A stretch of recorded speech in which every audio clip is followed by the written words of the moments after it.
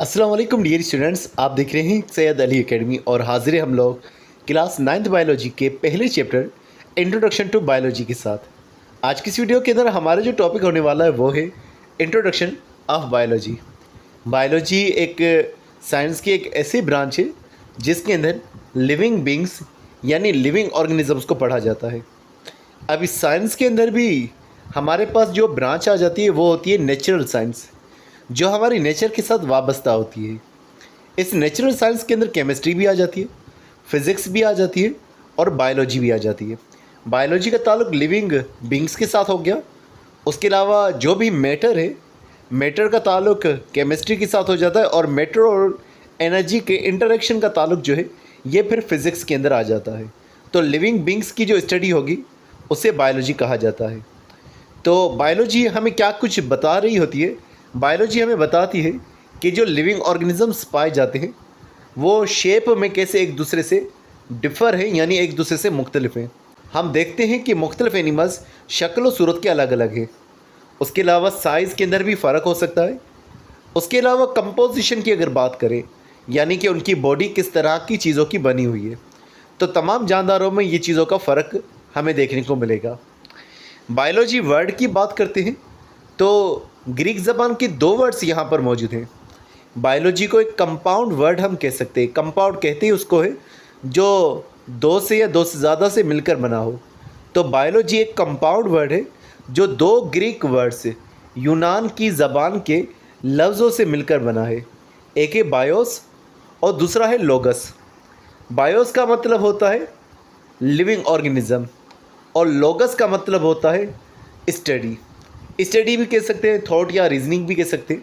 तो बायोलॉजी का मतलब होगा स्टडी ऑफ लाइफ या स्टडी ऑफ लिविंग ऑर्गेनिज्म। अब हम कुछ एक्स्ट्रा पॉइंट्स को जिक्र करते हैं जो कि हमारे पास एक पिक्चर की सूरत में मौजूद है, जो आपकी इस वीडियो को और ज़्यादा बेहतर बना लेंगे। तो जैसे कि यहाँ पर मौजूद है कि सबसे पहले बायोलॉजी का लफ्ज़ देने वाले साइंटिस्ट कौन थे। हम बायोलॉजी को आज हम जानते हैं, लेकिन अगर हम बायोलॉजी वर्ड की बात करेंगे तो 1802 के अंदर एक किताब लिखी जाती है जिसका नाम है फिलोसॉफी जूलॉजिक। तो ये किताब लिखने वाले शख्स थे जीन बैप्टिस्ट लेमार्क। इन्होंने सबसे पहले बायोलॉजी लफ्ज़ का इस्तेमाल किया। लेमार्क का एवोल्यूशन के अंदर भी बहुत सारा काम है। एवोल्यूशन यानी कि एक ऐसा प्रोसेस जिसके नतीजे में ऑर्गेनिजम्स तब्दील होते हैं। उसके अलावा अगर हम बात करेंगे बायोलॉजी का फादर किसे कहा जाता है, तो एक ग्रीक फ़िलासफ़र गुजर चुके हैं जिनका नाम है अरस्तु। अरस्तु उर्दू के अंदर कहा जाता है, इंग्लिश के अंदर एरिस्टोटल कहा जाता है। तो एरिस्टोटल को फादर ऑफ बायोलॉजी भी कहा जाता है और इन्हें फादर ऑफ जूलॉजी भी कहा जाता है। अगर हम अरस्तु के बारे में बात करें कि अरस्तु को फादर ऑफ बायोलॉजी किस वजह से कहा जाता है, इन्होंने कौन सा काम किया कि इन्होंने एक साइंटिफिक वे के अंदर ऑर्गेनिजम्स की, लिविंग ऑर्गेनिजम्स की क्लासिफिकेशन की है, लिविंग ऑर्गेनिजम्स की ग्रुपिंग की है। इन्होंने एनिमल्स को अलग अलग ग्रुप्स में रखा है। पानी में रहने वाले एनिमल्स अलग और ज़मीन पे रहने वाले एनिमल्स अलग। जिनमें ब्लड है वो अलग, जिनमें ब्लड नहीं होता उनको अलग रखा गया। तो ये अरस्तु का काम था जो कि साइंटिफिक मैनर के अंदर हुआ है। इस वजह से इनको फादर ऑफ बायोलॉजी जो है कहा जाता है। अब हम लोग बायोलॉजी की इंपॉर्टेंस को डिस्कस करते हैं कि बायोलॉजी की वजह से हमें क्या फ़ायदा हुआ है। हम हमारी बॉडी को अच्छे से जब जान पाए तो हम हमारी हेल्थ को भी इम्प्रूव कर पाएँ। हम हमारी हेल्थ को इम्प्रूव कर पाए, इस वजह से फिर बीमारियां हमसे दूर हैं। हमने लिविंग ऑर्गेनिजम्स को स्टडी किया, हमने प्लांट्स को भी स्टडी किया। इससे हमने हमारे एग्रीकल्चर को ज़्यादा बेहतर कर दिया। जब प्लांट्स ज़्यादा महफूज रहेंगे तो लाजिम बात है फूड प्रोडक्शन भी ज़्यादा होगा।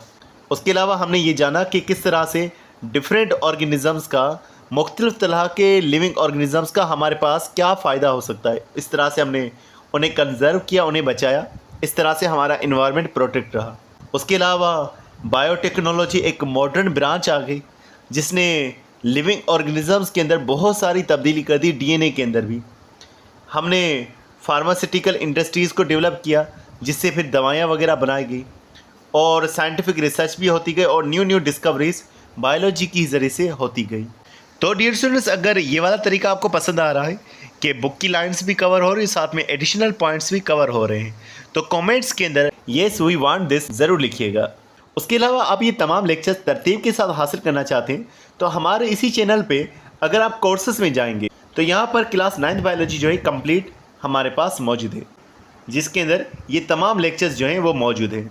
उसके अलावा आप जब होम पर मौजूद होंगे तो यहाँ नीचे जा करके क्लास 9th के लेक्चर्स यहाँ पर भी देख सकते हैं, जहाँ पर चैप्टर वाइज ये लेक्चर्स मौजूद है। जब आप इस प्लेलिस्ट को क्लिक करेंगे तो यहाँ पर आपको इस प्लेलिस्ट के अंदर क्लास 9th के बायोलॉजी के लेक्चर्स भी मिलेंगे और साथ में इंडियन लेक्चर्स भी आपको यहाँ पर देखने को मिल सकते हैं, जिससे आप अपनी नॉलेज को, अपनी अंडरस्टैंडिंग को और ज़्यादा बेहतर कर सकते हैं। तो इस तरह की मज़ीद वीडियोस के लिए इस चैनल को सब्सक्राइब और इस वीडियो को शेयर करना मत भूलिएगा। मिलते हैं नेक्स्ट वीडियो में नए लेक्चर के साथ। तब तक अपना बहुत सारा ख्याल रखिएगा। अस्सलाम वालेकुम।